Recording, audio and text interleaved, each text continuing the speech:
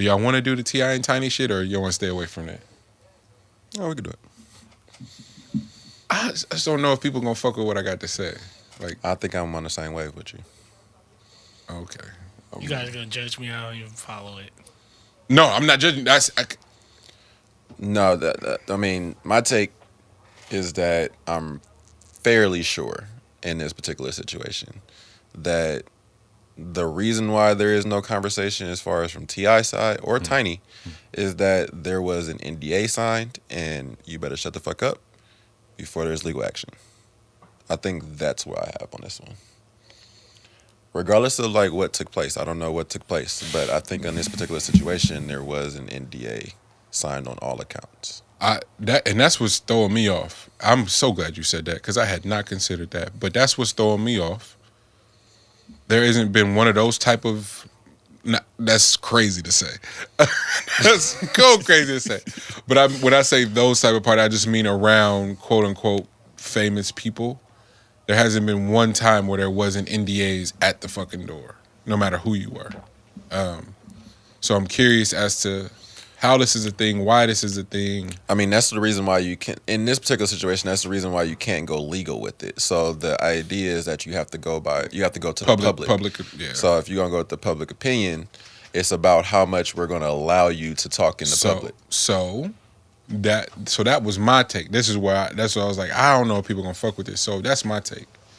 If there isn't going to be any legal action pursued, why the fuck do we care? Like seriously, because the amount and this happened yesterday. This is frustrating as shit, but this happened yesterday this happened Saturday night where the Grand National Radio Show, we've been doing again, this is why context matters so fucking much too. We're doing a series of just paying tribute to our favorite producers, music producers.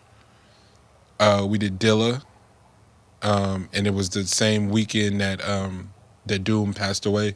So we snuck in some Madlib and stuff. Madlib will get his own episode, but it was like a real dope way to pay homage to Doom in the midst of the Dilla episode. After Dilla, we went to Timbaland. After Timbaland, we went to Pharrell. After Pharrell, we're doing Dre on Saturday night. So like even in the recording process, y'all, I was in here so fucking geeked because it was like all my childhood basically, and just talking about reading the Chronic's liner notes, reading Doggy Style's liner notes, and just seeing who did what, how many people were. It was just really one of those great stories. And sure as shit, posted and get this many-ass DM about Dre's history, what he's going through right now with his wife, what the allegations are, and it's like, fam, y'all send y'all kids to school with fucking Klan leaders, white supremacists, rapists on the schools and all kind of shit, and here you come talking to me about like, and that's not to go justify one or the other. It's like, bruh, like why is everything got to be, and why do black people have to bear the burden of being fucking righteous all the time? Well, we're just talking about the music, and you come on Saturday night with this fake Hotep woke shit. Get off my phone. Get off of my phone. And so to the T.I. and Tiny point, it's like these serious allegations of human trafficking and holding people like bet. Where's the legal action, feds, whatever? Y'all go press charges, do what y'all got to do, but leave the public out of it in this whole smear campaign and trying to wage war. It's like, I watch House of Cards, fam, and I know that's like, oh, that's a show. It's like, nah. People do some twisted shit in public media as a means to try to sway public opinion, gain some leverage for their whatever. And I'm sorry, I just happen to come from a place where I've seen the most stand-up niggas get lied on and have their lives ruined. That's happened before. That's not to say that I haven't seen it the reverse where people do some sick shit and never be told on. I've seen that too. All of it is true. All of it is 100% true. So just leave the banter and the water cooler conversation in and around some serious shit off the fucking internet. Because all it does is undermine real victims, bro. That's. I feel like that's a fair fucking point to make. But immediately it's dismissed as like victim shaming or something like that. It's like, nah, fam. I know real victims. I can't remember who was saying it the other night. Oh no, in fucking class. The same conversation we've been having about how many women out of the percentage of women you've dealt with over your life, what's the percentage of them that have been sexually assaulted? And every man is up in upwards of 80%. That's terrifying. So now here we go, because of status, because of money, we got people coming undermining the whole the safe space that is starting to be carved out for victims to come forward. It's fucking sick, dude. I'm sorry. It's a really hard thing to grasp. So the children, there's the children to consider. There's livelihood, how much of their livelihood will be compromised because it's not cool. And if there are true victims of them like that, that's really not cool. But we are stuck in purgatory discussing people's business that just might be into some freaky shit. That was with all consenting adults, and now here we are discussing what's going on in these folks' bedrooms. It's stupid. It's really, really stupid. I hate the internet. That part of the internet. I love the information and all the other shit we can flex in, like e-commerce and like how many millionaires and billionaires are being built through it. But this is the part of it that I don't really fuck with, for real. Yeah, and I also am like making a point to like not really have conversations around situations that I wasn't there for. Like it's a hard thing to do because we do a podcast, so like a lot of this shit is like you kind of have to go by a name, and you got to have a conversation in or around it, in order for people to match up to be a part of the conversation. Like you got to kind of throw a celebrity out there, because that's the one that everybody can gravitate to and know, in order for us to have some real hard conversations, like, so that's I get that connection or whatever. But when it comes to like sexual like assaults and domestic violence, the Wheeler thing was sick too. Like there's not enough coverage on the Wheeler situation from the Seahawks, besides him not being there anymore. ESPN wasn't even gonna cover it, fam. Bro, they were trying their hardest not to, bro. Like they was trying to give you the top 10 all Sports Center, bro. Like, hey, if we can give you top 10 at the top of the show all the way to the end, then we gonna do that shit. If that don't tell you everything you need to know about media coverage, the biases that exist,